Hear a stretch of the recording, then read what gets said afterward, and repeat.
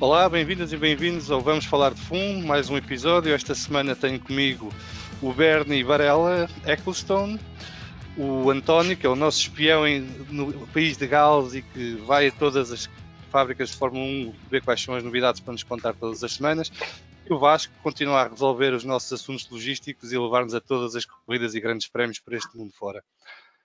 Provavelmente a meio do programa poderá entrar também o Pedro Nascimento, mas veremos se acontece ou não.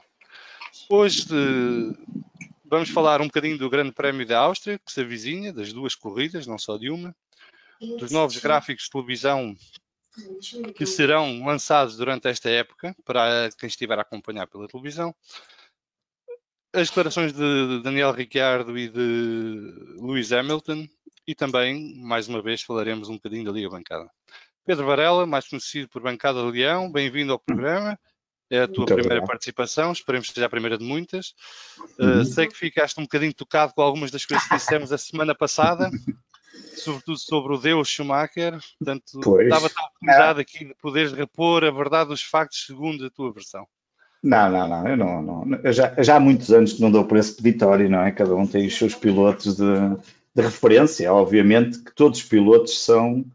Toda a gente tem direito a dizer que este é melhor do que o outro, desde que não coloquem o Schumacher na discussão porque está acima de todos os outros. Mas tirando isso, cada um pode escolher os seus melhores pilotos. Não foram brincadeiras, gostei muito de ouvir, mas realmente o meu piloto de eleição. Mas partilho também muitas outras paixões que vocês falaram, nomeadamente o Piquet, até mesmo o Prost, Nigel Mansell, tantos outros pilotos, e acho que hoje em dia prefiro... Claro que nós temos sempre uma preferência, e quando estamos a ver qualquer desporto, temos sempre tendência, se estivermos a ver um desporto qualquer e duas equipas, o mais normal, o nosso lado competitivo, escolher qualquer uma das equipas, se não gostarmos de nenhuma das duas, para puxarmos, para tornar aquilo um bocadinho mais apetecível, mas não, já não entro nessas sessões. Obviamente faz parte da galeria de um dos notáveis e que poderá até ver o seu recorde ser alguns dos seus recordes quebrados e um deles, o mais importante, ser igualado, que eu acho que não vai acontecer, porque o Vettel vai limpar este ano o título mundial e, portanto, o Hamilton já não vai ganhar o 7º título. Mas pronto, vamos ver. O Hamilton está a 7 corridas, salvo erro, de igualar. Sim, está muito. Exatamente, 7 ou 8 corridas de igualar e pode fazer o 7º título, não é? E é igual ao Schumacher na história dos maiores vencedores de sempre. Vamos ver. António, tu também que é a primeira vez que participas no programa, quais são as tuas perspectivas? O que é que esperas que sejam estes dois primeiros grandes prémios da temporada, depois de um hiato tão grande? Acho que nunca tivemos tanto tempo à espera de um grande prémio como estamos à espera destes dois grandes prémios da Áustria. Conta-nos lá o que é que tu estás à espera que sejam estas duas corridas e que Fórmula 1 é que esperas ver de regresso às pistas? Olá, eu acho que vêm todos os pilotos com muita fome. Portanto, estou na expectativa que vamos haver mais movimentações arriscadas e ultrapassagens e esperemos que entretenimento para este, pelo menos para as primeiras corridas, diria eu.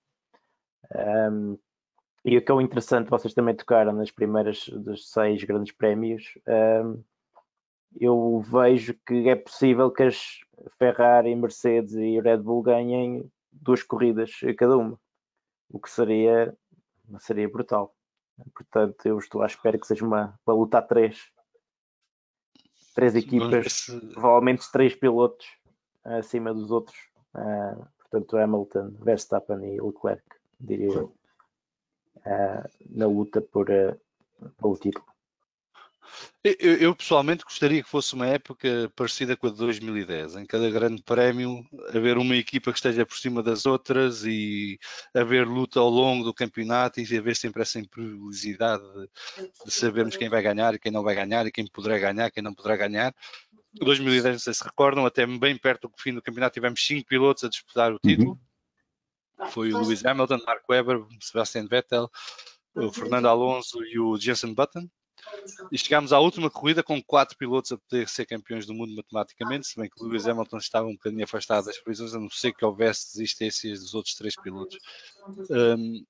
O Grande Prémio da Áustria em si é uma pista que nós conhecemos bem da Liga Bancada, não é? Uma das nossas preferidas, corremos lá muitas vezes, que tem a particularidade de ser uma pista pequena e muito rápida, e que de certa maneira encurta as distâncias que poderá haver entre os diferentes carros e as diferentes equipas.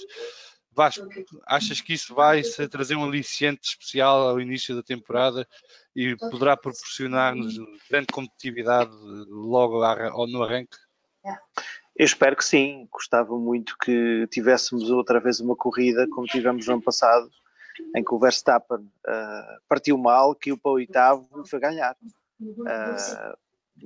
Acho que existem todas as condições para que isso possa acontecer. Está toda a gente com uma fome esganada de voltar a correr. Por isso vão com certeza, concordo um bocadinho com o que disseram, que acho que isto vai haver muita gente com vontade de mostrar serviço, porque são menos corridas, e isso vai tornar tudo muito interessante. E eu ainda não pus de parte a hipótese de aparecer um wildcard qualquer que no fundo traga um sal e pimenta. Imaginem lá que o Lance Stroll fica no pódio outra vez, vejam lá, no Mercedes cor-de-rosa. Não que seja o meu preferido, mas tinha a sua piada existir assim uma coisa diferente. Acho que sim. Bora ver quem é que faz mais pontos aqui. Pronto, seria interessante ver o Lance Stroll no pódio ainda outra vez. Ele conseguiu em Baku o seu primeiro pódio na Fórmula 1. Sérgio Pérez, curiosamente, também em Baku consegue bons resultados sempre com o Racing Point. O Racing Point, que é o tal Mercedes B ou Mercedes cor-de-rosa, anda a assustar um bocadinho as equipas do midfield, né? Sobretudo a McLaren, que está muito preocupada porque precisa de manter o seu status para poder receber os prémios correspondentes a ser a quarta melhor equipa no campeonato.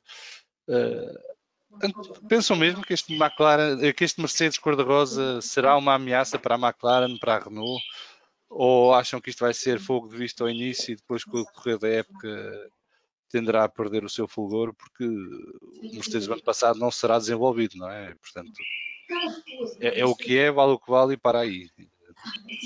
Pedro. Bem, pá, sinceramente seria uma surpresa se isso tal acontecesse. Nem me lembro de tal coisa que tenha acontecido nos últimos anos. E já agora deixa-me só dizer, antes de avançar este tempo, tu recordaste o Grande Prémio de 2010, que curiosamente teve o mesmo campeão que eu gostaria que tivesse este ano, 2020. Portanto, seria uma reedição fantástica do campeonato de 2010, o 2020 ter o mesmo campeão. Eu acho, e curiosamente nesse ano também, como tu disseste, foi um grande prémio fantástico por causa da tanto o primeiro como o segundo ganharam tantos grandes prémios e mesmo o terceiro lugar ficou apenas a um grande prémio, portanto eles os três limparam quase os grandes prémios todos e foi muito interessante porque tinha sempre ali uma emoção acrescida muito grande.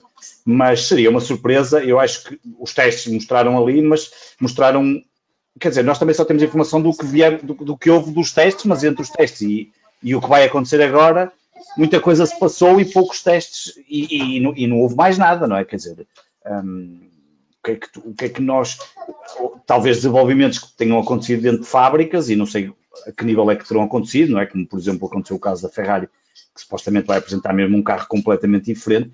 Seria uma surpresa se a Racing Point se aproximasse assim tanto. Agora, que já deu boas indicações que é um carro para as equipas do meio pode ser uma ameaça, isso nunca se sabe. E tem ali pelo menos um piloto que em dias de corrida faz sempre qualquer coisa diferente e o que seria bom para a Fórmula 1 termos aqui mais competitividade ali do que as equipas tradicionais. É interessante, muito curioso, mas acho que é um bocadinho como esta coisa regressou, não é? Ainda agora recentemente regressou o futebol. Nunca se sabe bem o que é que vamos esperar deste tempo tão largo de paragem e tão anormal que aconteceu e, portanto, há aqui muita curiosidade. Eu acho que as primeiras corridas, sei lá, a primeira, segunda, terceira corrida, vão-nos trazer outros dados que nos vão permitir também olhar para o resto depois da temporada, do que ficar definido qual vai ser a temporada toda, para analisar melhor, porque isto são condições que nós nunca assistimos. Sim, claro, e os próprios testes de inverno, as equipas escondem muito Claro, o jogo também, não é? E há sempre aqueles que estão mais esperados por arranjar patrocinadores, mostram sempre um bocadinho mais do que os outros mostram e isso engana um bocadinho, para além de todos recordarmos daquele fantástico inverno de 2019 em que a Ferrari parecia Exatamente. que ia ganhar o campeonato. Ia ganhar tudo. E ia ser imparável. Chegámos à Austrália e estava a 1 segundo da Mercedes quase. Mas, António, tu conduziste o Racing Point na Liga Bancada na época de 2019.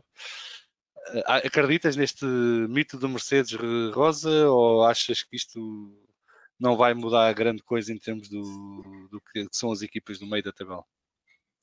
Não, eu concordo com o que o Pedro disse.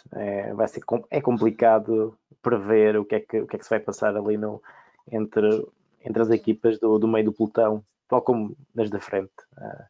Os testes já foram há uma eternidade atrás. As empresas estão a desenvolver nas suas fábricas o melhor que podem, e é realmente complicado de prever. E agora que já tocaste na Liga Bancada, as minhas prestações são especialmente em qualificação, são como as do Stroll, são terríveis. Pronto, isso da Liga Bancada, qualificações. Se é para falar de prestações terríveis, eu também estou caído. Estamos cá todos. Mas voltando à equipa, acho que é difícil de prever. Acho que vai ser ali muito próximo entre a Renault, a McLaren e a Racing Point, em que numas pistas como por exemplo a de Baku, em que a Racing Point está-se particularmente bem, mas acho que vai ser competitivo entre as três. Sim, estas pistas já estão confirmadas no calendário, pelo menos as primeiras, tirando da Hungria, são pistas bastante rápidas, não é? Pronto, Barcelona é aquela pista que é mais familiar a todas as equipas, né? Porque é onde fazem os testes, mas Monza, Spa, Áustria, Silverstone são equipas bastante rápidas e são pistas bastante rápidas e que favorecem, eu diria, a Mercedes, todas elas. Talvez na Áustria a Red Bull possa estar um bocadinho mais à frente. A Ferrari não deverá andar longe em termos de velocidade de ponta, mas vamos ver como é que o carro se comporta em curva este ano. Mas eu pessoalmente não estou à espera de grandes alterações da ordem das equipas neste arranque. Eu estou curioso para ver ao longo do sprint que vai ser este campeonato, é como é que as equipas aguentam.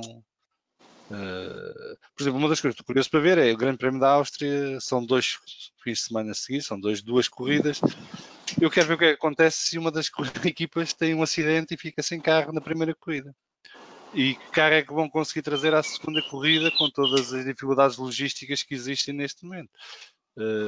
E acho que isso vai ser um fator, é um imponderável que poderá trazer muita animação à época. Ao mesmo tempo, há o risco, já falámos a semana passada, de contágio de Covid a algum dos pilotos, e isso já irá entristecer e, de certa forma, tirar algum do valor do próprio campeonato, não é? Porque se um dos pilotos que está a lutar pelo campeonato é contagiado com o Covid, e esperemos que não, e batemos na madeira às vezes se forem necessárias, isso vai desvirtuar a própria competição, obviamente. E, portanto, passará a ser um campeonato mais virado para as equipas do que propriamente para os pilotos. Pedro e António, vocês que não estavam cá a semana passada, não sei o que é que vocês consideram, quem é que vocês acham que é o grande favorito a este campeonato e porquê? O favorito ao campeonato, eu diria que em condições normais o favorito ao campeonato continua a ser o Lewis Hamilton. Não, quer dizer, isto não me parece que em condições normais, não é? Aqui não temos condições normais, por tudo até que tu ainda agora acabaste de dizer e por mais até por essa questão que colocaste, não é? Mas eu não estou a ver nenhum piloto a levantar o pé do acelerador para ter cuidado com o carro, para não bater, a pensar que pode bater e depois ter carro destruído para a segunda corrida, mas a verdade é que isso até pode acontecer. E de certeza que até é bem possível que possa mesmo acontecer qualquer coisa do género, porque, como nós sabemos, pilotos daquela natureza andam sempre no limite e é normal que estes deslizes aconteçam. Agora, em condições normais, o Hamilton, para mim, continuaria a ser o favorito a vencer o Mundial, que era o que estavas a perguntar. As corridas, estas primeiras 2 corridas, a história dos últimos anos, pelo menos 2 anos mais recentes, tem ditado vitórias do Max Verstappen, num circuito que ele conhece muito bem, mas eu diria que em condições normais o Hamilton é o favorito. e é claramente o alvo a bater, e depois não sei em que ponto é que estarão os outros, não sei, sinceramente, não sei se o Leclerc, há incógnita se o Leclerc tem carro ou não para isso, em que estado de espírito estará o Vettel, se está naquele estado de espírito que já nem está se marimbando e que para o ano vai fazer um ano sabático, ou sabe-se lá o que é que vai fazer, e portanto como é que ele vai encarar este ano, ou se vai encarar este ano como um ano em que vai ao racha e não sabemos o que é que dali vem. O Max Verstappen continua a ser aquela incógnita, é um enorme piloto, mas nós não conhecemos muito bem também a evolução do próprio carro, se estará no ponto ou não, e diria que fica ali depois o Bottas, que é sempre eu achava que o Bottas o ano passado podia ter outro tipo de papel, acabou por não conseguir, e acho que este ano muito menos, e portanto provavelmente será o último ano dele. Eu não acredito que o Bottas continue muito tempo ali na Mercedes, mas eu diria que o claro favorito continua a ser o Hamilton, a não ser que ele venha com um tipo de condução fora do normal e que a Mercedes não traga um carro que habitualmente estamos habituados encontramos nestes últimos anos como uma máquina que tem sido o alvo a bater por todas as outras marcas. A Mercedes, inclusive, anunciou há poucos dias que iria trazer um motor diferente para a primeira corrida, já com alguns upgrades e com algumas modificações extra, e que poderia dar mais potência e performance ao motor, o que não deve ser nada animador para as outras equipas, e sobretudo para as equipas que não são motorizadas pela Mercedes. António, tu também achas que Hamilton é o grande favorito a este Campeonato do Mundo? Sim, concordo. Especialmente pelo que fizeram nos últimos anos. Acho que o facto do ano ser mais curto, em que vai ser praticamente uma competição a sprint, pode beneficiar os pilotos mais jovens, como o Verstappen e o Leclerc. Especialmente, acho que foste tu, Salviano, que até disseste que no último episódio que o Hamilton gosta mais de estar fazer uma corrida, vai para o seu estado zen durante 2 semanas, volta, e ele tem habituado a encontrar esse ponto de equilíbrio. Não sei até que ponto a Mercedes e o Hamilton vão reagir a estar sob pressão constante, corridas constantes. Portanto, isso talvez equilibre um pouco mais a coisa, mas continuam a ser os favoritos. E também acho que dentro da equipa da Mercedes não vejo competição do Bottas. Acho que o ano passado talvez também tenha sido... Ele ainda deu o ar da sua graça no início da temporada, que podia competir, mas não me parece que tenha a capacidade para lutar pelo título. Como eu disse no início do episódio, eu diria que será provavelmente uma luta a 3, Verstappen, Leclerc, mas com o Hamilton acima dos outros dois. O Hamilton hoje veio dizer ou ontem veio dizer que está preparado para começar aquela que vai ser a época mais difícil da sua carreira. Ele diz isto porque lamenta profundamente que vão correr em pistas despidas de público e sem adeptos, sem fãs da Fórmula 1.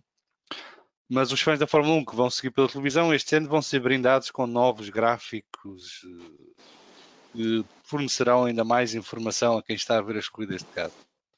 Eu não sei se vocês estão recordados, nós quando éramos miúdos não havia praticamente informação nenhuma no ecrã.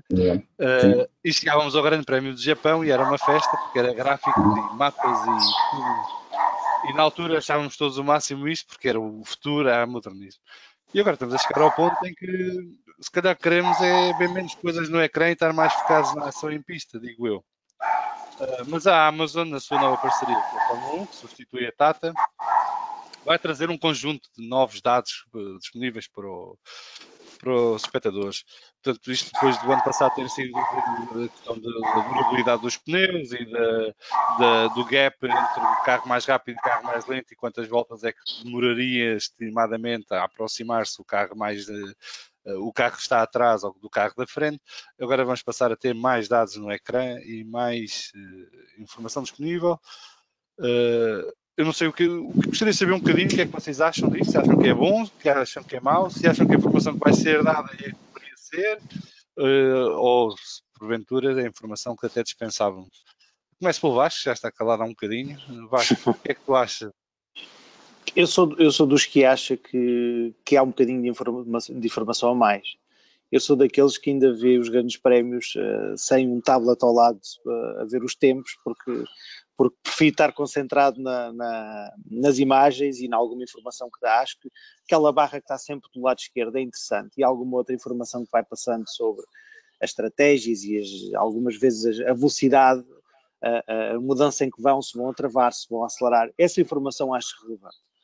Se quando o Hamilton tem X% de hipótese de passar o Bottas ou o Vettel, sinceramente não acho que seja assim tão relevante. O único desses dados que acho que tem algum interesse, mas que tem algumas dúvidas da sua, e que no ano passado deu alguma polémica, da sua fiabilidade, é mesmo dos pneus. Confesso que tem alguma piada, porque eu acho que uma das coisas engraçadas é nós próprios tentarmos perceber a estratégia que eles vão fazer, e não precisamos ter alguém ali permanentemente a dar-nos informações que são excessivas. Por isso vejo com algum fastio este excesso de informação. Acho que mais cedo ou mais tarde há de aparecer uma forma de nós conseguirmos ver os grandes prémios, se calhar de uma forma mais limpa, sem através da F1 TV ou outra coisa qualquer, sem tanta informação. Que é para nos podermos focar também no que é corrida, porque eu já tentei ver um ou outro grande prémio com o tablet ao lado, ver informação, e sinceramente não me consigo concentrar no essencial que é ver a corrida. Pedro, tu que és conhecido por ser o homem dos 7 ecrãs, não é? Estás sempre com alguma coisa ligada ao mesmo tempo em vários ecrãs e vários desportos. Eu sou o oposto do Vasco. Aí. Exatamente. O que é que tu achas disto tudo? Eu não sei se vocês sabem em detalhe quais são as informações que eu tenho aqui alguns ecrãs, sim, tenho aqui alguns ecrãs que estive a ver. Eu, por acaso, sou o oposto ao Vasco, mas compreendo o que o Vasco está a dizer e não acho que cada um se deve sentir da melhor forma, que entendo, obviamente, ver a corrida, mas percebo por o lado do Vasco, eu, por exemplo, distraio muito mais, percebo isso. Eu vejo sempre com 2 ecrãs, pelo menos, tenho o Twitter aberto, tenho os tempos, tenho os ecrãs e tenho essas informações todas e estou constantemente a escrever e a twittar e a pôr informação, mas sou um freak dos dados e gosto muito. Mas dos ecrãs que vi, há ali um ou outro que acho muito interessante, aqueles do carro, com umas diferenças em cima, coisas sutis e que aparentemente ficariam bem na transmissão televisiva. Vamos ver se isso depois se vai confirmar. Tem ali um ou outro caso que fiquei assim um bocadinho, enfim, quando entramos naquele, portanto, estamos a falar daqueles dos F1 Insights que são powered by AWS, não é? Que é os Amazon's Web Service, portanto, que já fazia o ano passado aquela coisa da passagem nas boxes e uma série de informação. Se for informação relevante para a corrida e para nós percebermos o que pode vir a acontecer, eu essa informação gosto bastante e acho muito positiva, seja um desgaste dos pneus, seja um undercut que vai acontecer. Essa é aquela informação que tu olhas e dizes, isto tem algum interesse para percebermos o que é que pode vir a acontecer. Mas depois vi também ali umas coisas de um car performance scores e a pessoa do Vettel a dizer low speed 9.1 em 10, vou meter aqui uns rankings que eu ainda não percebi bem. Enfim, ok, imagino que isto esteja aqui toda uma base algorítmica por trás e que faz os cálculos, aquela coisa toda. Mas no limite, olhar e dizer que o Vettel é o 8º nas corridas, nas corners ou nas corners de medium speed e em retas é o 2º. Quando entra ali nessa coisa já, é isso que prefiro no pós. E aí há muita gente que faz há aquele jornalista polaco que faz uns gráficos absolutamente inacreditáveis. E depois tens o Abel Caro de Espanha, por exemplo, o Pior, exatamente. Tens muita gente que faz isso. Isso acho engraçado para quem quiser analisar. Agora, na corrida, acho que gosto até do grafismo. O grafismo aparentemente está bem construído. Do ponto de vista visual achei interessante e até do design, mas prefiro que seja coisa mesmo para aspectos que sejam relevantes para a corrida. E dizer só uma coisa, que aquilo que o Vasco disse é muito relevante, porque nós vivemos numa altura em que hoje em dia tudo se faz, tudo se consegue, tudo é possível, e portanto aquilo que ele diz deveria ser possível hoje em dia. Uma pessoa, se quiser ver uma transmissão completamente clean e limpa, devia ser possível, e é possível, porque toda a gente recebe o feed, e portanto era perfeitamente natural que desse, eu quero uma coisa que só tenha os carros a conduzir, pronto, só andam aqui os carros e eu cá tiro as minhas as minhas coisas. E acho que isso, claro que eu percebo que há aqui o aspecto comercial e dos patrocínios e toda a parte de marketing, mas é importante que as pessoas também se sintam, porque no limite nós estamos ali para ver carros a andar e pilotos a conduzir, e é isso que nos faz perder vários fins de semana ao longo de um ano. Vamos ver. Eu imagino que tenha feito algum restyling e algum upgrade, mas é preciso também ter algum cuidado também para não ter um excesso de informação, também tudo que é demais depois também acaba por prejudicar. Eu salvo erro, acho que no F1 TV dá para ver sem os gráficos todos. Depois no feed que é enviado internacionalmente, metem, que se calhar já não dá, já aquilo já pois. vem inserido. Eu estou entre vocês os dois, portanto, eu gosto de ver a corrida, mas gosto de ter o mapa e gosto de ter as diferenças de tempos entre eles, para perceber quem está a apanhar quem está a fugir de quem, e gosto de saber em que pneus é que estão, para terem noção. Irrita-me solenemente quando na barra do lado esquerdo deixam de mostrar os tempos para mostrar o número de paragens nas boxes. Exato. Epá, isto não me diz nada no número de paragens das boxes, a não ser que metade tenha parado e a outra metade ainda não. A partir desse momento em que pararam todos já uma vez, já é irrelevante. Mostrem-me os tempos para perceber as diferenças. Mas isso sou eu. António, o que é que tu achas desta transformação da transmissão de um grande prémio de Fórmula 1 em quase um jogo de computador em que tens rankings e ratings e performance e tudo isto que está a caminho? Isto só começará em Silverstone, não será no período dos primeiros grandes prémios, e depois será lançado em força na segunda metade desta época. Mas António, diz lá a tua justiça. Eu neste caso estou do lado do Vasco. Eu gosto de sentar no sofá, relaxar e ver a ação. Para mim, ultrapassagens, muitas possível. Portanto, para além do tempo, a escolha de pneus e pouco mais, estou contente. Portanto, toda essa análise é interessante, mas é como o Varela disse, depois da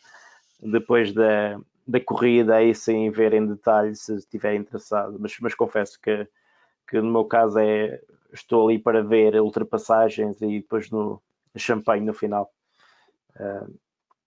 Portanto, gosto apenas de relaxar e estar tranquilo. Muita informação. Isso também será interessante para ver como é que depois na transmissão os comentadores lidam com isso e tudo mais. Porque se tiverem a analisar constantemente todo esse tipo de informação a todo o tempo, poderá ser assim um bocadinho assustador, pelo menos para mim. É que para além da informação eles ainda estão entretidos na conversa que estão a ter enquanto comentam, e já me chatei muitas vezes que nem vejam o que está a acontecer na pista porque estão entretidos à conversa. E muitas vezes há acidentes, eles nem reparam que há um acidente até aparecer uma bandeira amarela ou vermelha e depois é que reparam que se deu o acidente. E isto não estou a falar de nenhum canal em particular, qualquer canal, não é? E acho que é o normal quando as pessoas estão a comentar, é também entreterem um bocadinho com a conversa e depois perderem um bocadinho o fio à meada. Daniel Ricciardo é que veio dizer esta semana que está à espera que os egos dos pilotos venham ao de cima no reinício desta temporada. Os pilotos vão querer mostrar que estão em forma e que mantêm a sua capacidade competitiva, e que isso poderá trazer muita animação à pista e provavelmente alguma confusão também. O que é que vocês acham disso? Acham que estão à espera que isso aconteça? Acham que vai haver dois grupos de pilotos, uns que chegam quase no pico de forma e preparados para atacar a pista, e outros que chegam e ainda vão estar um bocadinho a medo e a tirar as teias de aranha, como ele disse? Vasco, podes começar tu. Eu acho que tirando o Nicola Latifi, que é o piloto, que é o rookie do ano, que é o único rookie que existe este ano, eu acho que a maioria deles, ao fim de 5, 10 voltas, vão estar perfeitamente acostumados, reabituados ao que é uma Fórmula 1. Acho que vamos ter uma sexta-feira muito animada nesse aspecto, deve haver muita gente para tentar aferir isso. Acredito que possa existir algum exagero de um ao outro, no sentido, não por estar mal habituado, mas porque isto é uma época diferente. Há muito contrato, muito lugar por preencher para o próximo ano, são menos provas e há que mostrar mais com menos corridas. Por isso, acredito que possa existir uma coisa que mas que acho que deve desaparecer rapidamente. Aquela gente deve estar toda a sentir um bocadinho ansiosa, porque estão há tanto tempo sem sentar o rabinho no carro de corridas, não é? Mas de resto, acho que vai ser pacífico. Eu acho que na sexta-feira e no sábado de manhã no FP3 vai haver muita gente a partir asa da frente naquela última curva, como se viu no ano passado, mas depois, quando chega à qualificação, passa tudo direitinho, não é? Isso é o costume. Vamos ver se o tempo não nos traz uma surpresa, porque há previsões para esse fim de semana de chuvas e trovoadas para a região. Olha que eu já estive a ver isso agora. Estive a ver isso agora e, se bem que são previsões há algum tempo, não dava, acho eu. Portanto, há possibilidade e aqui nesta zona as tempestades são repentinas e se acontece uma na sexta-feira estraga logo os planos a toda a gente. Regressar a Fórmula 1 com chuva é verdade. Era giro. Para nós adeptos é fantástico, não é? Sim. A coisa muda logo. Até o Williams podia ganhar a corrida. Achas? Mas para as equipas acho que eles preferem tempo seco para poderem rodar e testar os carros e claro. Sim, ganhar o seu ritmo outra vez. Mas Pedro, qual foi a expressão que o Ricardo utilizou do ego? Como é que era? O que é que ele dizia? Teriam o seu ego ao de cima para mostrar que continuavam. O ego dos pilotos vir ao de cima é uma coisa que a mim me faz confusão, porque sabe, coisa que eles mais quer dizer, o ego é o eu de cada um, isso é o que eles mais sabem, que aquilo acaba por ser um trabalho também muito solitário, não é? Apesar de fazerem parte de uma equipa, mas há ali todo como nós até fartamos de ver nas séries da Netflix, há ali muito de solidão de cada um dos pilotos ao longo de toda uma temporada. Eu aí concordo com o Vasco estava a dizer, quer dizer, obviamente estarão bastante ansiosos, mas depois vem toda a experiência que tem, tirando eventualmente o Avito por causa de ser o rookie, mas mesmo aí está habituado a correr noutras classes, claro que não é a mesma coisa, mas aquela sensação de ansiedade e de voltar a pegar no carro e de entrar naquela rotina que eles são habituados, eu diria que aquilo passado uma hora, o primeiro treino livre será, sei lá, 1h30, não é? Que é o normal, ou uma coisa assim do género. Eu diria que aquilo rapidamente vão entrar no ritmo e depois a partir daí esquecem completamente e está montado o circo como nós queremos e tudo pronto para fazer, para correr e para nos proporcionar aquilo que nós todos estamos à espera. Claro que o lado do não ter adeptos, se bem que eu acho que ainda é um bocadinho diferente, por exemplo, no futebol, porque ali os pilotos ainda vão um bocadinho mais rápidos, não sei até que ponto eles estão assim, olham assim tantas vezes para a bancada, a não ser no início e no fim, quando estão parados para partir à espera do sinal verde, e mesmo assim, o verde não, neste caso que os vermelhos se apaguem, mas mesmo assim estão completamente concentrados e depois só no final, aí sim nos festejos. Mas eu percebo esse lado de não ter adeptos, infelizmente mas é uma realidade que nós vamos viver nestes próximos tempos, mas a partir do momento em que entram nos monolugares e que a coisa começa e começam a aparecer os tempos e começam a aparecer os primeiros problemas e as primeiras alegrias e tristezas, seja aquilo que cada um vai experienciar, eu acho que eles rapidamente entram na rotina e siga e vamos às qualificações e vamos à corrida, que é o que estamos todos à espera que isto aconteça o mais rápido possível, já no próximo, no outro fim de semana, não é? Portanto, é da manhã a 8, não é? Exatamente. É da manhã a 8, mas... António, outro piloto que tem estado muito vocal ultimamente tem sido Lewis Hamilton, que decidiu que deveria utilizar a sua fama e a sua plataforma para falar sobre o Black Lives Matter, e eu acho que ele refere-se ao Black Lives Matter na versão europeia do que simboliza o Black Lives Matter, não tanto na versão americana do que simboliza o Black Lives Matter, no sentido de promover a igualdade e de combater a discriminação. E isso, de certa forma, influenciou a Fórmula 1 e a Fórmula 1 também decidiu abraçar a causa e tudo mais. E eu acho que não há nenhum problema com isto, não é? É uma mensagem que ou deveria ser pelo menos universal a todos, de não querermos discriminação, de não querermos racismo, de querermos igualdade entre todos, e esta igualdade suponho que se aplica à igualdade de oportunidades. E o Chase Carey já veio hoje dizer que iria dar $1 milhão do seu próprio bolso para que se criar um fundo para distribuir bolsas para pilotos de meios mais desfavorecidos, para que possam ter mais acesso ao mundo do desporto automóvel. Mas há um risco de se ter cruzado aqui uma linha, não é? O que é que vocês acham desta Fórmula 1 ativista que Lewis Hamilton veio incentivar e que veio lançar de uma forma, eu não diria inesperada, porque não é a primeira vez que ele faz este tipo de coisas, mas desta vez de uma forma mais afincada e mais assertiva, digamos assim, também. António.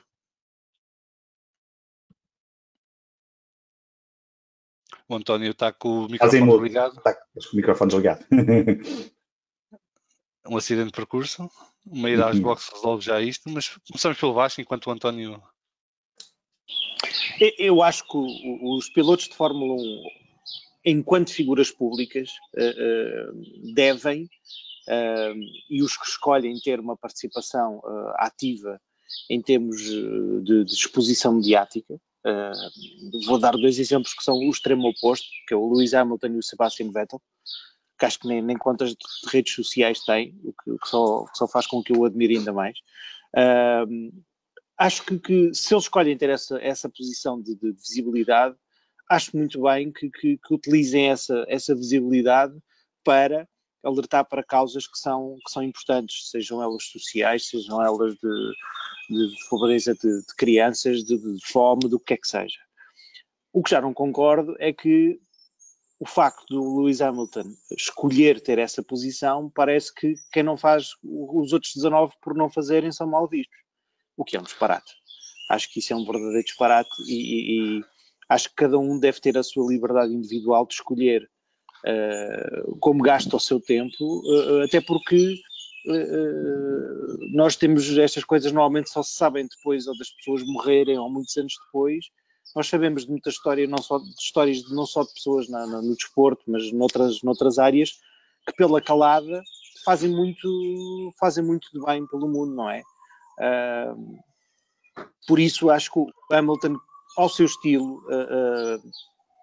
acho que tentou entalar um bocadinho com sucesso a Fórmula 1, mas acho que não tinha que o ter feito. Ele podia ter ido para a manifestação de Londres e a FIA ou a Fórmula. Fotógrafo, não é? Sim, exatamente. É que não eram selfies, atenção, as fotografias que estamos a falar não eram selfies. Exatamente, não é por acaso.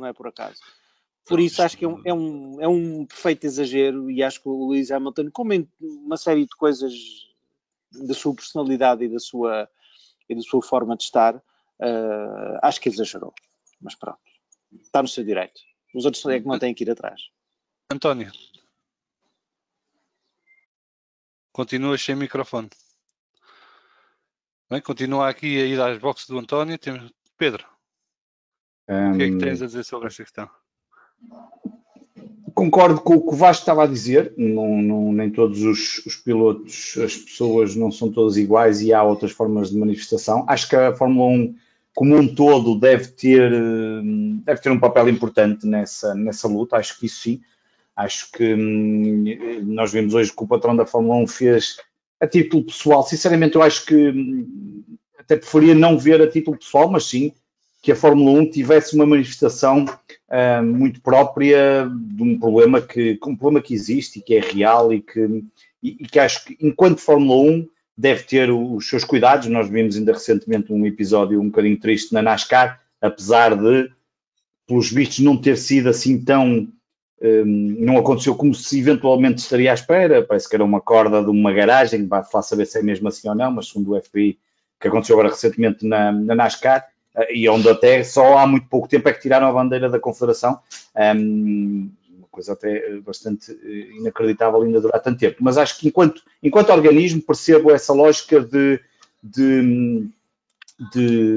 ter algum cuidado com aquilo que tem acontecido. Agora, obviamente que Daniel Ricciardo, depois o Ricciardo deu-lhe logo ali atirou-se para cima dele, porque, sim, realmente é aquela coisa a Hamilton, não é? Portanto, eu sou o maior aqui da minha rua, sou campeão do mundo, e eu faço aqui umas coisas, posso fazer, eu sou o maior, E portanto... Não esquecer que quis, a dada altura, que todos fossem vegan também, não é? Claro, pois, exatamente. E, portanto, é aquelas coisas... pronto, é aquele feitiozinho do Hamilton, não é? Que nós já conhecemos. Agora, eu não sei, por acaso eu vi esta parte das discussões, mas não vi a outra. E tu estavas a dizer que ele também tinha dito dos desfavorecidos em relação a poderem aceder à Fórmula 1, não é? Ao desporto automóvel. Ao desporto automóvel. Por acaso, curiosamente, eu também já tinha falado isso num outro fantástico podcast de Fórmula 1, que se chama Última Chicane. Não falamos já ouviram? Não sei se já ouviram falar. Mas há aí um podcast espetacular. E há lá um tipo chamado Pedro Varela, e por acaso já tinha falado sobre isso. Exato. Eu já tinha falado também por acaso sobre isso, porque é um tema que é óbvio que colocar condições à partida, quer dizer, as coisas são como são, mas a realidade é que nós temos visto cada vez mais que a porta de entrada na Fórmula 1 é o dinheiro, em muitos casos quase à frente da qualidade. E, portanto, não sei até que ponto isto poderia ser repensado, isso não poderia... isto é sempre complicado porque tu não podes chegar ali, uma coisa é quase... Tu não podes chegar ali, que também não impões aos clubes de futebol que, olha, a partir de agora só podem jogar jogadores que vêm de meios favoráveis ou que vêm da formação ou coisas assim. E aqui também era um bocadinho impor essa regra, mas percebo que está cada vez mais difícil. Se tu não tiveres dinheiro, e nós ouvimos variedíssimas histórias, dificilmente entras na Fórmula 1, mesmo que às vezes vás pelas academias, seja da Ferrari ou mais conhecida da Red Bull, mas mesmo assim estamos a falar de gente que é preciso trazer dinheiro. Aliás, o Kubica, para correr o ano passado, trouxe muito dinheiro lá daquele patrocinador que agora não me recordo o nome, lá da Polónia. Estava ligado também ao petróleo, ou à energia, ou ao gás, já não me recordo, mas era assim uma coisa. E, portanto, não é fácil. O piloto que as novas gerações e que a malta mais nova gosta muito, o pai dele é um dos mais ricos, se não a personagem mais rica de Birmingham, não é? Penso que ele é de Birmingham. Portanto, percebo que possa ir, mas lá está. Mas mais uma vez, o Hamilton e qualquer piloto pode dizer mais qualquer coisa, mas são sempre coisas que têm que vir de mais fundo e têm que ser mais pensadas, provavelmente por quem organiza os grandes prémios, ou por quem está por trás da organização da Fórmula 1. Já sabe mais do que é que Chase Carey fez. Ele doou $1 milhão a uma nova iniciativa da Fórmula 1 que visa promover a diversidade na Fórmula 1 e subentende no desporto automóvel. Sim, e há bocado disse Birmingham e não é Birmingham do coisa, é Bristol.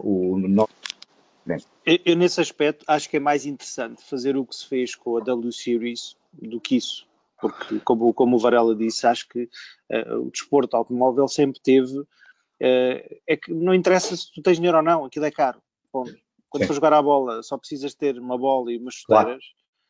É diferente. Acho que a W Series, acho que o desporto automóvel nesse aspecto é mais uma questão acho que a W Series traz muito mais.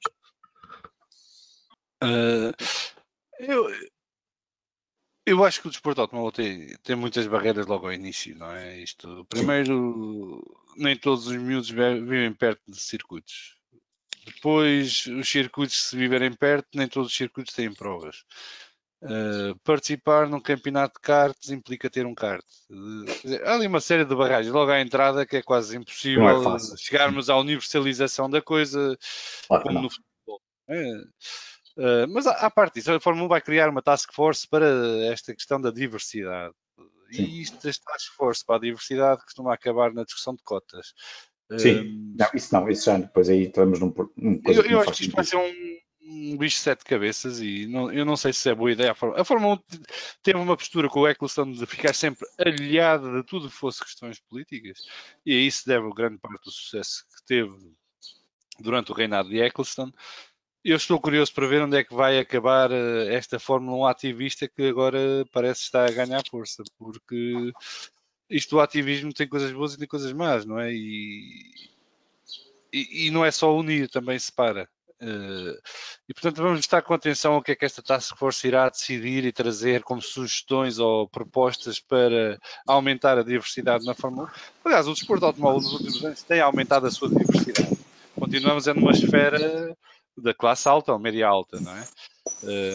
Mas já vemos mais asiáticos envolvidos na Fórmula 1. Continuam a faltar os africanos, mas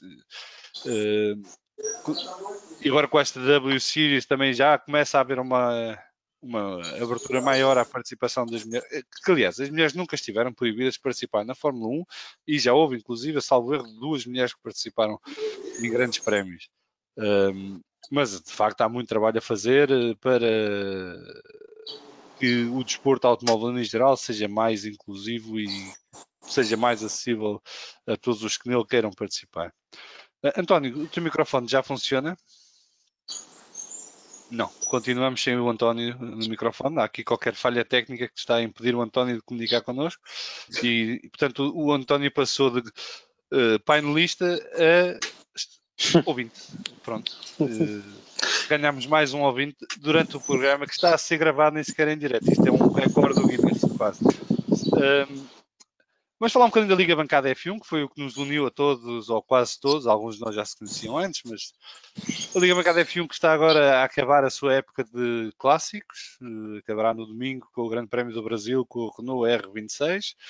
Seguimos com umas corridas de teste ainda no jogo da F1 2019, à espera que chegue o F1 2020, mas Bernie Varela, diz-nos lá o que é que nos espera na Liga Bancada nos próximos tempos e fala mais um bocadinho de como é que surgiu a Liga Bancada e... Por acaso, era por aí que ia começar. Era por aí que ia começar porque eu ouvi no primeiro episódio e por acaso deu-me muito gozo e muita satisfação a forma como foi abordada por todos nesse ponto, e acho que para mim é a coisa mais importante. Na verdade seja dita, vocês já jogavam Fórmula 1 2018. Tu, o Castro e mais uns quantos já faziam esse jogo. Na altura eu via-os a jogar e eu, como gosto muito de jogos de Fórmula 1 e como também jogos de console e como gosto muito de Fórmula 1, apesar de não ter, na altura que já não comprava há anos um jogo de Fórmula 1, quando saiu 2019 comprei e na altura lembrei-me, isto dá para fazer multiplayer, vocês já faziam algumas corridas e portanto fazia sentido se calhar juntarmos aqui todos e utilizei uma rede social que como tenho alguns seguidores, que neste caso é o Twitter, para que as pessoas começassem, e utilizando que vocês já jogavam alguns, bem, já temos aqui 4 ou 5 que joguem, vamos então juntar aqui mais uns quantos e ver quantos é que conseguimos arranjar.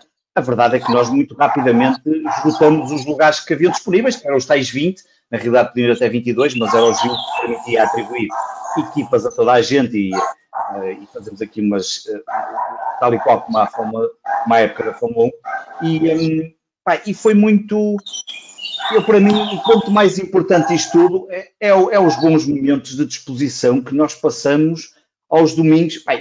Então eu ainda hoje estava a pensar que nós ontem, mais ou menos ligamos-nos todos ali por volta das 8 e qualquer coisa, 8 e um quarto, eu talvez tenha sido os primeiros a chegar, depois o Vasco também foi logo a seguir, o Melo, e portanto nós ali às 8h30 já estávamos ligados e estivemos entre treinos, entre a corrida em si que se fez, que era uma corrida de 50%, que não é propriamente pequena, mais a qualificação de 18 minutos.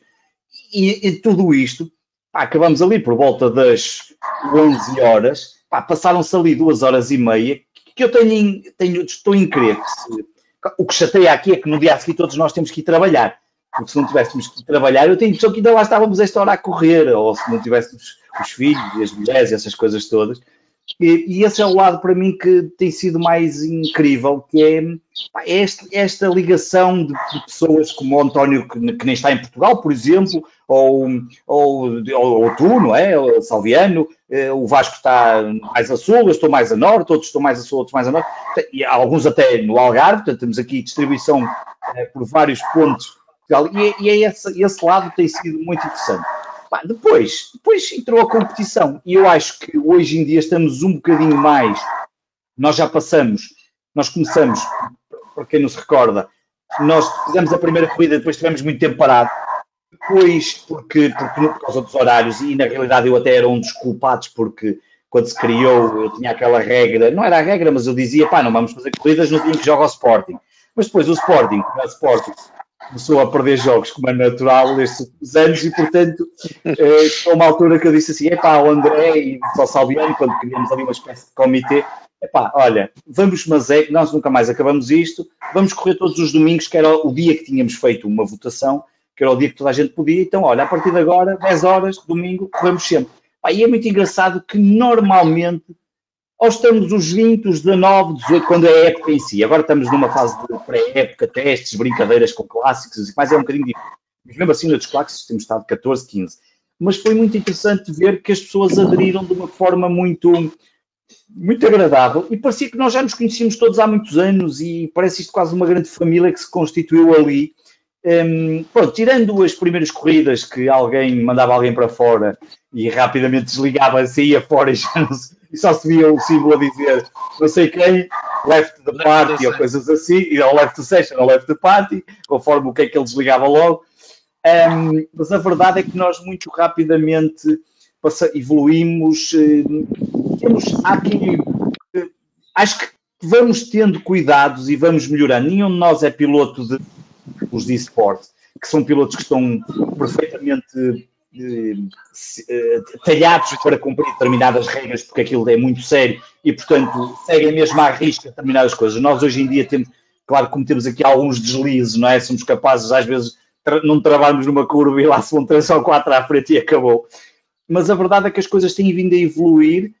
Evoluíram a questão dos volantes, das cadeiras, e tem sido muito interessante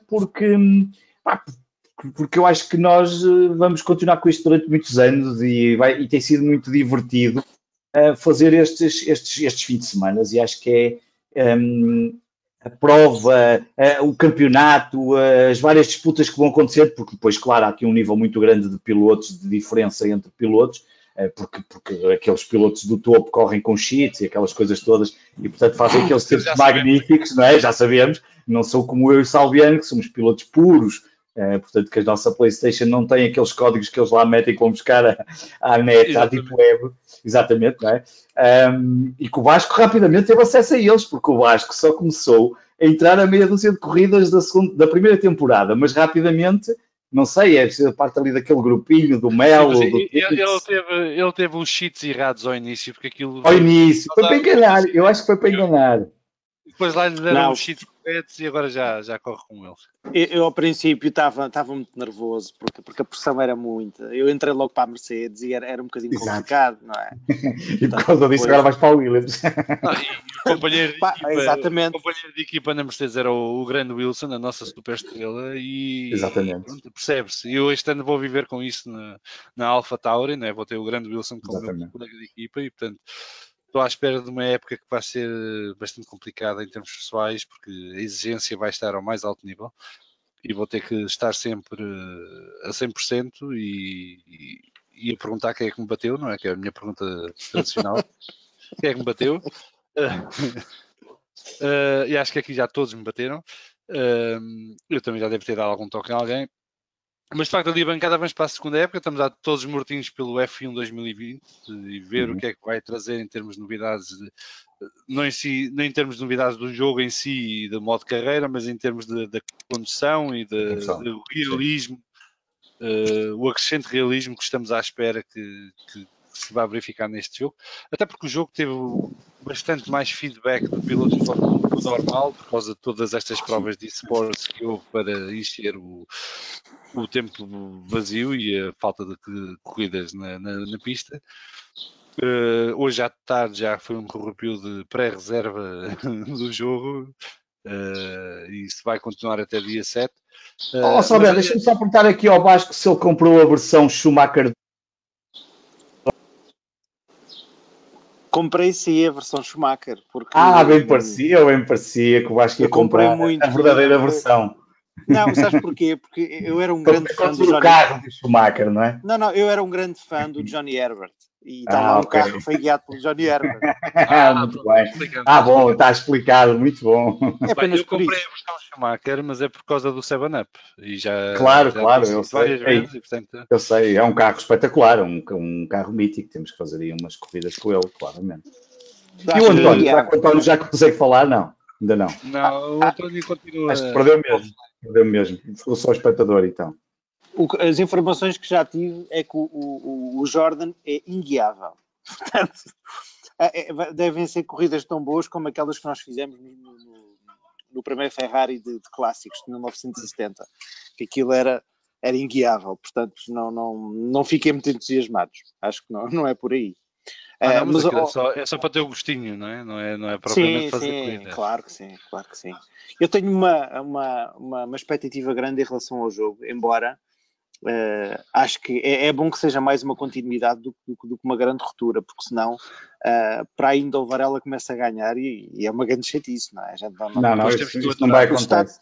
O status quo que está montado neste momento acho que tem que ser mantido a todo custo. Eu vou ganhar. Não iria tão longe, mas. Eu para ganhar tem que acontecer algum milagre, se vocês despistarem todos. Acho que uma das coisas que o jogo pode trazer de bom é que pode. Claro que nós todos tentamos guiar sem as ajudas, mas acho que nesse aspecto, pelo que já percebi, pode nivelar um bocadinho mais o jogo. Porque é engraçado, não é? Eu acho que uma das coisas engraçadas que a Liga Bancada tem é que nós estamos todos a levar isto um bocadinho mais a sério, mas ninguém quer levar isto a um ponto de que seja demasiado a sério. Senão é levar a este ponto. Eu acho que alguém na nossa liga, que eu não vou dizer nomes, que leva isto mesmo a sério. Um que dorme na cadeira. O que ainda não sei da cadeira. Aliás, eu estou faça um programa connosco e nesse programa eu faço questão de estar cá, porque eu tenho a certeza que ele vai gravar a partir da cadeira. Não tenho dúvida nenhuma, porque aquilo já não está a partir de lá. Ele já não está lá, a cadeira ganhou o formato dele. Ele já nem conseguiu sair da cadeira. Vale a pena dizer quem é, mas é um piloto da Ferrari e que manteve a equipa. E tem um Twitter que é o @OLEM e não diz mais nada. Exato. Mas a Liga Bancada vai arrancar com o novo campeonato a partir de setembro? Sim, setembro, exatamente. A partir de setembro, tudo corre bem. Nós, entretanto, vamos treinar. Exato, nós também vamos ter o nosso Barcelona, a nossa espécie de Barcelona. Portanto, nós acabamos os clássicos no domingo, depois temos mais 4 ou 5 corridas de 50% para fazer, mas, entretanto, já arranjamos aí mais espaço, porque as quartas-feiras deixam de estar com as corridas de 50%, passam para domingo, e, portanto, nós vamos ocupar aí as quartas-feiras, provavelmente com testes, e se calhar as corridas de 50%, pelo menos algumas delas, já vamos fazer no novo, porque a partir do momento em que todos nós tivermos o jogo, e eu parece-me que há aqui pelo menos metade que já vão receber no dia, ou no dia 7, porque o Schumacher Edition dá para receber 3 dias antes, que significa que no dia 7 já dá para levantar, já podemos fazer no novo, porque a partir do momento em que tivermos o novo, desliga-se o antigo, porque ninguém vai querer treinar com o antigo, e depois a partir de setembro fazemos o novo campeonato, e acho que vai ser e vamos ter algum cuidado com as regras, não sei como, mas vamos ter aqui uma espécie de VAR, ainda vamos ver como é que vamos fazer isso. A segunda razão pela qual eu comprei a Schumacher Edition é que fica disponível mais cedo que a normal. 3 dias, eu sei, 3 dias, claro, eu sei disso. Ele é tão rápido que é 3 dias mais cedo disponível. Isto é assim, um piloto grandioso. Mas, Varela, desculpa lá, mas eu gostava de ouvir. Nós no último episódio, no primeiro episódio, o Salviano e eu concordámos que uma das coisas que nos desagradava no Schumacher, independentemente de ele ser um grande piloto, é que ele nunca se deu a comparar com ninguém que realmente lhe desse luta. Tu não achas que isso teve 5 corridas? Teve 5 grandes prémios com o grande Nelson Piquet, que já estava de saída da Fórmula 1, mas a partir daí, de facto, nunca mais teve um... E numa idade já muito... Teve um Ricardo Patrese, mas também já a caminho da reforma, mas de facto nunca teve um piloto que o desafiasse dentro da própria equipa. E foi muito por aí que nós dissemos, e é um problema que eu reconheço no próprio Lewis Hamilton também, não é só no Sim, também.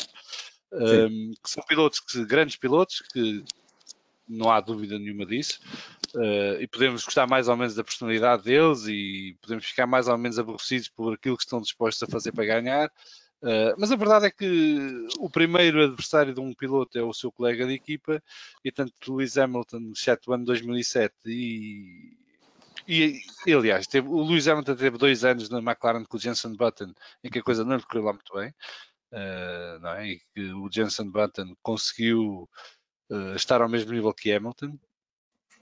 Mas Michael Schumacher de facto nunca teve um colega de equipa que o desafiasse verdadeiramente, não é? Jos Verstappen, Johnny Herbert, claro, sim. Mas repara uma coisa, Leto, para que é que a equipa vai gastar muito dinheiro num segundo piloto quando sabe que o primeiro vai ganhar com toda a certeza? É um bocado por aí. Não, brincadeiras à parte, eu percebo esse lado. O lado do Schumacher, não te sei dizer, eu nem te sei dizer sinceramente porque é que eu gosto do Schumacher, quer dizer, estas coisas uma pessoa não sabe, não escolhe às vezes porque é que, qual é a lógica por trás. Eu acho que, de certa forma, vou-te ser sincero, pelo facto de eu não ser, o Senna entra, quando está na Fórmula 1, é aquele piloto que todos nós conhecemos, mas eu, por alguma razão, como não era um grande fã do Senna, e quando vejo que o Schumacher tem uma possibilidade de combater o domínio do Senna, talvez seja por aí, um bocado talvez do contra. E depois acabei por ficar adepto do Schumacher. É evidente que ele nunca teve grandes companheiros de equipas que lhe dessem grandes problemas, mas olha, mas são um conjunto de recordes que são absolutamente incríveis, e o que acho que o Schumacher tinha também de muito bom, não é? Toda a gente é unânime a reconhecer que ele era um piloto incrível na parte técnica e na parte de alterações do carro, de toda a comunicação que havia com os seus engenheiros. Isso acaba por ajudar também um bocadinho. Mas pronto, olha, eu é como te disse no início, já não entro nessa. É como aquela discussão se o Messi é melhor que o Ronaldo ou se o Ronaldo é melhor que o Messi. Não é a mesma coisa. Não, é um bocado. Repara uma coisa. Não é a mesma coisa. Não há dúvida nenhuma que Ronaldo é o melhor, não é? Portanto, repara. Eu 96. Não, mas olha uma coisa. O que é que ele fez? O que é que ele fez? Mandou-se contra o Villeneuve, um bocadinho ao estilo 97, como se mandou. 97. Sim, 97, desculpa. Mandou-se para cima do Villeneuve. Como se mandou. E o Senna, que nunca ninguém fala disso. O Senna que esbardalhou-se contra quem foi? E o Prost. Contra o Prost. Desculpa. Repara, o Senna foi o primeiro, se calhar, a fazer isso. Mas há um contexto. Há um contexto. Há o contexto do Senna. O contexto do Schumacher. Mas o contexto do Schumacher até é mais agravante para ele. Mais gravoso para ele. Porque ele fez exatamente o mesmo ao Damon Hill em 94. Exatamente. E tentou fazer outra vez ao Mika Hakkinen em 98 ou 99. Claro, mas eu estava para ganhar, aquilo não é para meninos. Não é. Não. Claro que sim. Olha. Isso é daquelas coisas que separa logo as águas, não é? E há aqueles que acham que isso faz parte da mentalidade dele, e há aqueles que não perdoam e que acham que tudo bem. não tem lugar. Isso aí já tem a ver com cada um e não há nenhum juízo de valor sobre isso. A verdade é que eles estão lá para ganhar, não é? E o Senna não era nenhum menino de ouro. O Senna tinha um contexto diferente, porque tinha a FIA contra ele. Claro.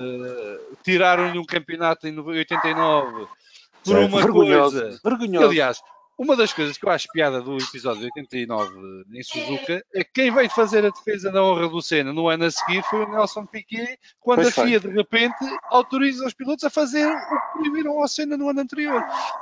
E o Piquet foi quem confrontou a FIA a dizer, não esquece, então, mas tiraram-lhe o campeonato o ano passado por uma manobra que agora estão a dizer que é o que se tem que fazer na mesma situação. Não pode ser. E daí é que há esse contexto. E o Senna também beneficiou muito a imagem do Senna beneficia muito dessa polémica com o Sr. Jean-Marie Balestre e com a FIA de então. E o Prost, por seu lado, foi um bocadinho vítima da situação, porque passou como sendo favorecido e estando por dentro do assunto, que eu sinceramente não sei se estava ou deixava de estar. Não, o Prost tem no Grande Prémio do Japão aquela entrada um bocadinho, olha como eu faço ao mel de vez em quando, que ele diz que não virou o volante. Sim, pois, exatamente. Mas depois virou. Por dentro do carro e virou. Pois, exatamente, pronto. Mas lá está, isso acontece, é mal feito, mas acontece. E o Senna no ano a seguir faz-lhe aquilo um bocadinho como O resposta. Senna avisou, mas o Senna, não. Sim, Mas pois há avisou. mais contexto. Avisou, porque o que é que fizeram em 90 em Suzuka? Mudaram o lado da partida da pole position. Sim, claro que sim. Para a parte suja da pista. E o Senna avisou. Exatamente. Então, se é assim, na primeira curva, se ele vier, eu meto-o fora. Exatamente. E fez muito bem. Não fez nada bem, mas pronto. O Schumacher, não. O Schumacher tirou com o Will em 94 em Adelaide para fora, literalmente, para ganhar o campeonato. E não é uma situação como foi no ano passado, o Vettel com o Hamilton no Canadá. Não é esse tipo de situação. E faz o mesmo com o Villeneuve em 97.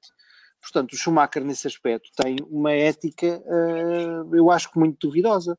Apesar de toda a gente compreende que um piloto de Fórmula 1 está lá para ganhar. E depois fez ao Fernando Alonso em 2006, ao erro no Mónaco, em que para o carro enrascasse para o Alonso não lhe tirar a pole position. Sim, também.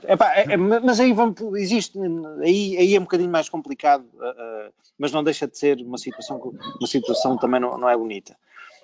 Portanto, Varela, gostávamos de te ouvir. Gostamos de ouvir. Eu digo-te já que aquela 97 no Grande Prémio de Jerez, este ano, se fosse em 2020, se calhar não era penalizado, e com um bocadinho de jeito era o Villeneuve que era penalizado. Mas pronto, mas na altura se calhar entendeu-se penalizar o Schumacher, porque dava jeito de penalizar o Schumacher. Não sei, eu não acho que esses erros, se me disseres assim, é evidente que eu preferia ver os erros. Era mais interessante que isso não tivesse acontecido. Mas eu não vejo as pessoas focam-se muito nesse lado e é muito fácil encontrar em qualquer um dos pilotos de Fórmula 1 erros desses. No Senna, no Prost, no Piquet, no Mansell. Encontras em qualquer piloto. Encontras em qualquer piloto que queira ser campeão do mundo. Não encontras nos fraquinhos. Não encontras no Hamilton, que é um piloto que nunca teve grandes adversários à altura. Especialmente desses anos. Não encontras coisas desse género.